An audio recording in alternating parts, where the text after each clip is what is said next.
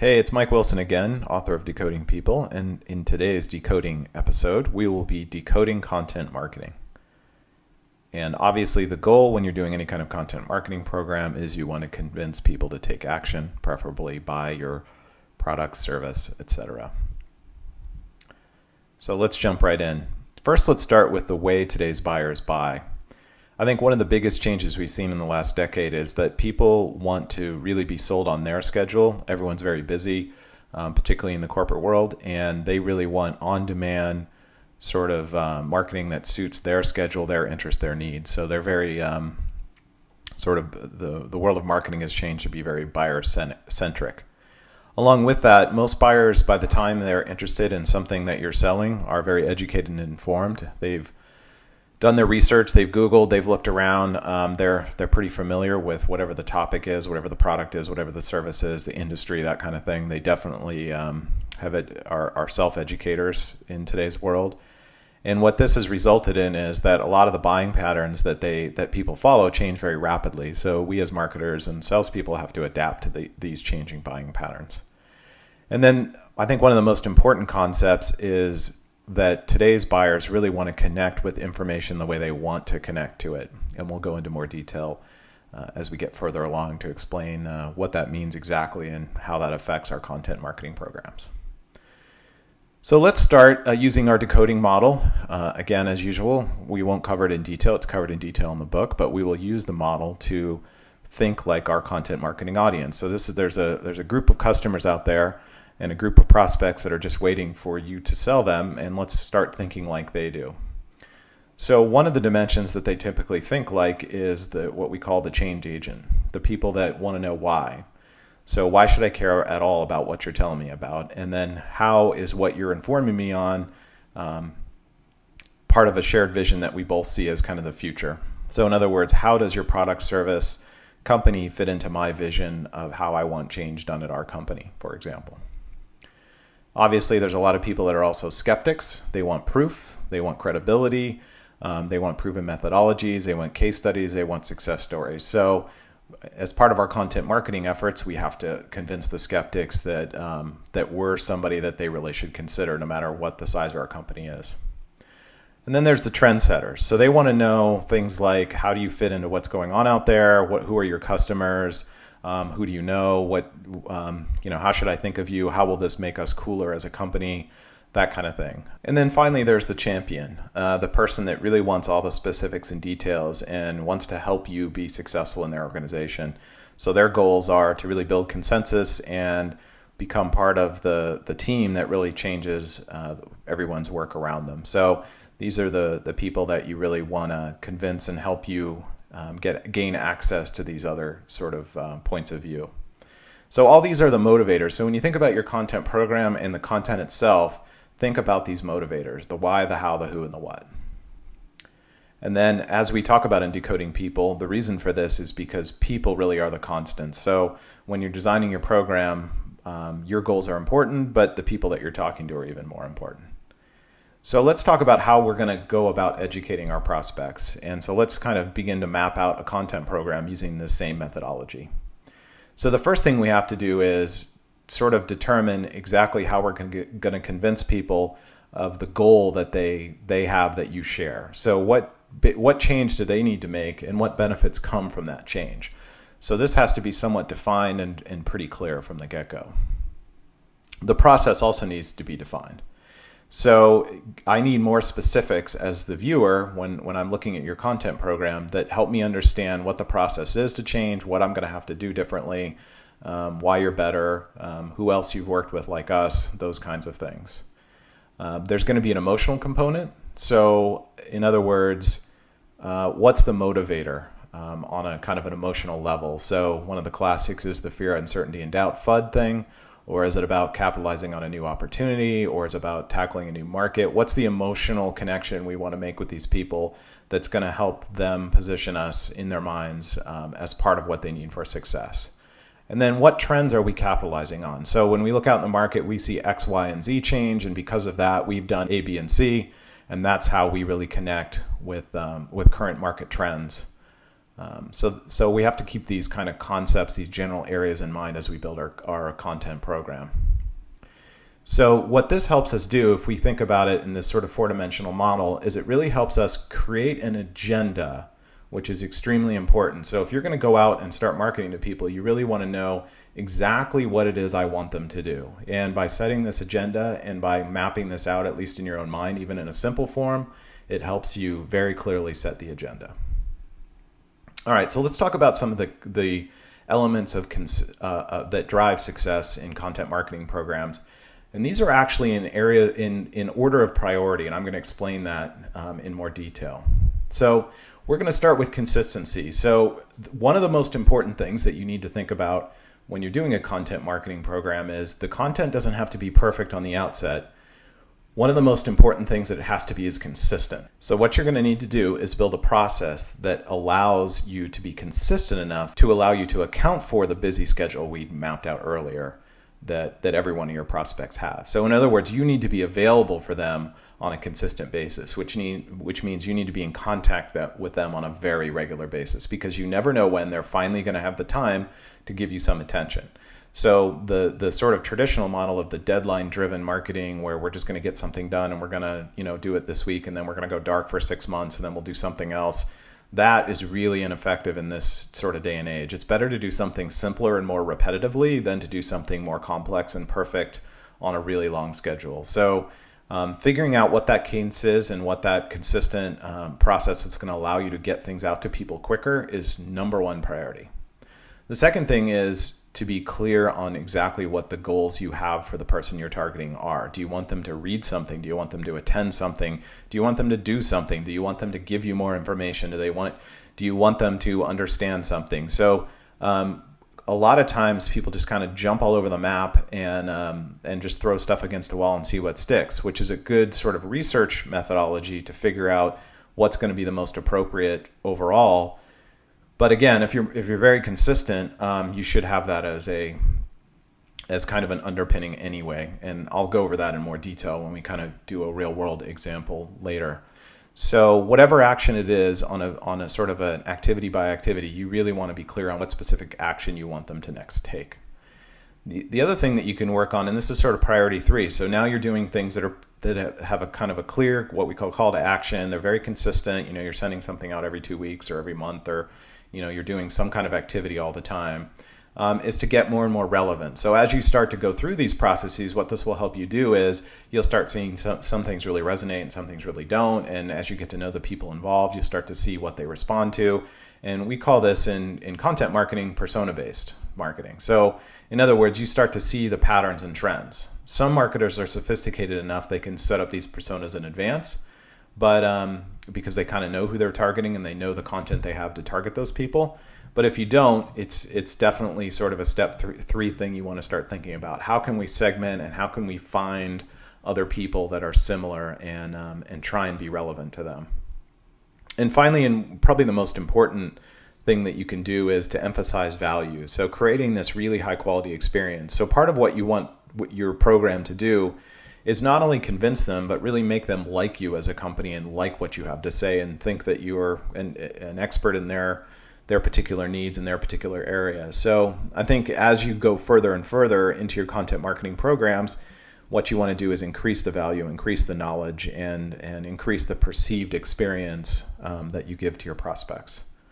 So those are sort of 4 key elements in order of priority. So let's talk about sort of how we approach it from a messaging and distribution point of view. So this is an example of using the model to think again in a way where we take sort of a core, let's say a content concept, and we express it in a lot of different ways. So one way to think of it is, how would you present it in person? And I've always said, if a concept doesn't go over well in person, one-to-one with somebody that should be receptive, it won't go well when you scale it to 10,000 people or 100,000 or 50 million. So what you really want to do is have these concepts kind of mapped out. And one of the best ways to do trial and error on that is to see what people are interested in person. So you give presentations, you go to events and talk to potential prospects.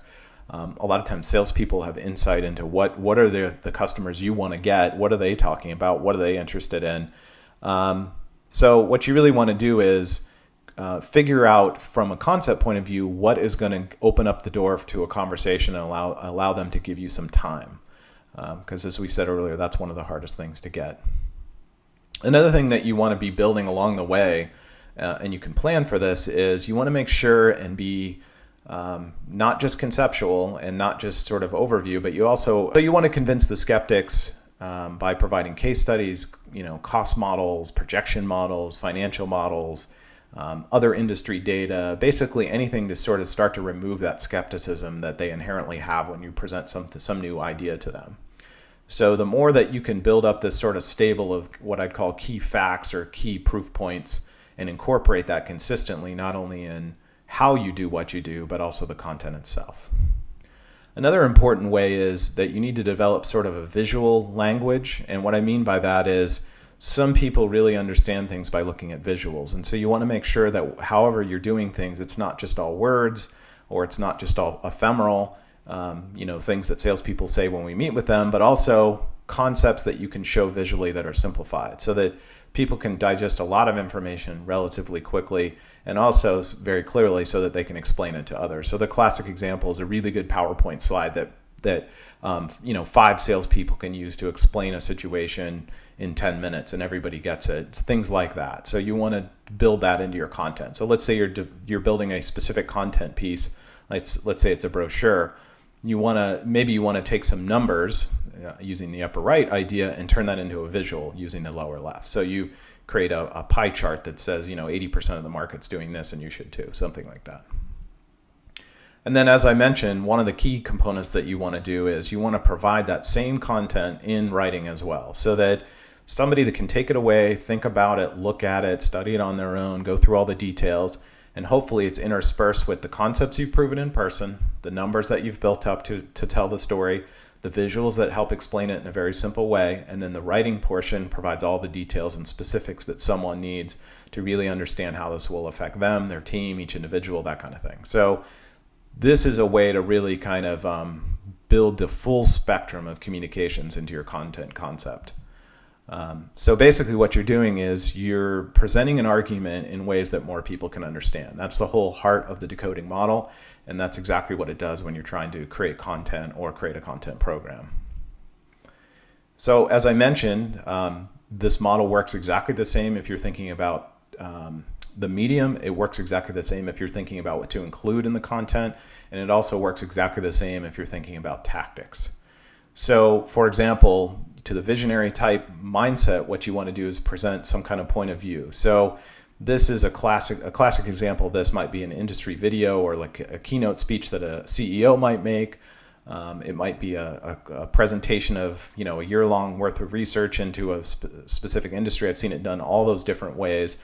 But what you're basically doing is you're sort of setting that agenda and you're saying to the people thinking long-term, hey, we're right there with you. We get it. We know what you're thinking, and we're thinking the same thing. Another simple example is if let's say you took the same content concept and did a breakfast series around it. I've seen this be very successful for certain clients. And it's an opportunity, and it's sold this way as a network event, or you're something where the participants can build connections with people who are like-minded peers in their industry, or maybe gain knowledge that they couldn't gain any other way. So you're taking the same concept, or let's say it's a point of view, and you're turning it into a breakfast series or something like that. You can also turn it into a document. So maybe it's a case study or a white paper or something someone can use for evaluation. You can also turn it into an event. So let's say that your point of view says that, hey, everybody's going to the cloud. You might have everyone's going to a cloud event. So as you prove that point of view to be successful, you can execute it in various ways. So you can execute a everyone's going to the cloud document. You can create a everyone's going to a cloud invitation-only breakfast series. And then you can have the everyone's going to the cloud conference every year, something like that. So this is a good example of how the tactics may change, but the core concepts and the content that you want to present. So again, going back to what we talked about before, you still want to do all these same things in each particular area. So as, for example, if I build up a point of view, I want to make sure that I have numeric proof. I want to make sure that I have something about external events. I want to, and external trends. I want to have something that explains sort of real world ideas of how this works, each area of the model, which you probably understand by now. So the net result is that you're taking the same concept, the same content that you've started to produce, you're presenting it in a lot of different ways using the same core set of information. So let's take a simple real world example of how you might approach this. So let's say that you have an online blog or you're sending out a newsletter.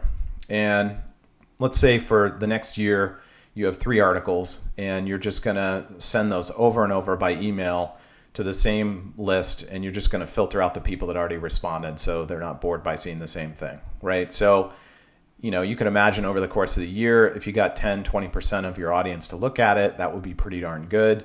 And let's say that over that year, and you'd sent the same 3 things over and over and over and over and over with different messages to kind of get people to look at them. And over that time, you realize that, hey, topic number 3, whatever topic number 3 was, post number 3, it got the most clicks, views, most interest. So it's like, aha, as content marketers, we say, okay, I'm using my analytical data to prove that this is probably the thing I want to build something around. So then what you can do, let's say it's in year 2, is you can expand your media types. So maybe you create a video on topic number 3, you provide salespeople with presentations on topic number 3, you produce webinar series on topic number 3, whatever it is. Then what you might do is also look in more detail and say, okay, well, since number 3 seemed to really gain some traction in the market, what else are people that responded to number 3 looking at? What are they thinking about? So maybe you do some Google searches and you start looking at whatever that topic of number 3 was. That was your best guess, your sort of hypothesis when you started this experiment.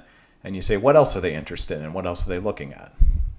So then what you might do, kind of to our model earlier, is you might build a persona around number 3. So you might say, okay, I'm going to take the data that I figured about who responded and then make that and then make some educated guesses. Maybe I divide, let's say that it's predominantly HR people and CFOs are the people that responded to topic number 3. Maybe it's time for me to segment them out into 2 different personas, HR people and CFOs, and then really target some content that's a nuanced version of number 3 that really fits their particular persona. So, we might lead with, for HR people, the important thing about number 3 is blah, blah, blah. And for CFOs, the most important thing about number 3 is da, da, da. So you kind of get the idea. And then what you might want to also do is, as you start to create these personas, is think about, okay, it's not just us trying to talk to them. The world out there might have some information we can take advantage of us that makes us look smarter. So maybe we build around that persona. Let's say it's the CFO and the HR people. We might want to say, okay, well, they're looking at other things like this. What other sources of information can we do? Third parties, maybe there's third-party events, maybe there's third-party seminars that you can piggyback on, and we can build some real knowledge around this group since we know that we have the right target group that is interested in the subjects we are. And then you might want to, again, intentionally, if you don't have data that you can use that's unique, you might want to try and quantify the information in number 3. So let's see, a simple example of this is you might say, hey, Mr. CFO, why everyone's moving to the cloud? And then you might say, okay, let's do a survey to that same CFO group and say, with one question that just says, how many of you are moving to the cloud in 2000 whatever? And so you get answers back, and it's 37%. And then you build or you expand number 3 to include that data. And then you say, hey, we're going to present you some number 3 about, or some information about number 3 that also includes this valuable information that we have quantified around how many people like you are doing number 3. So you kind of get the idea. So hopefully as you're doing this and you've sort of built out this little content plan around whatever issue number 3 was, you start thinking about what's the next thing. So maybe out of the first 3, number 1 is the next one, the next most popular thing, and you've gotten enough response on it to make you comfortable that you could build something around that. Or maybe during that time, you've also built 4, 5, and 6, and you're looking at that. Hopefully, so over the course of the year, you've been hammering on 1, 2, 3, and then you're building 4, 5, 6, and then in year 2, you're doing a mix of all those things. You've built out number 1, and maybe number 5, topic number 5 starts to gain some traction. And so over time, you can see that that you begin to build this sort of repetitive, simple model that helps you and guide you in terms of building a quality content program. So if you'd like more information, the book Decoding People goes into more detail on how this model works, the structure of what we've presented today. It's on iTunes and the Kindle bookstore. And then hopefully by the time you're watching this, we will have more tools, techniques, other videos, and other relevant things for you on idea34.com. Thanks for your time.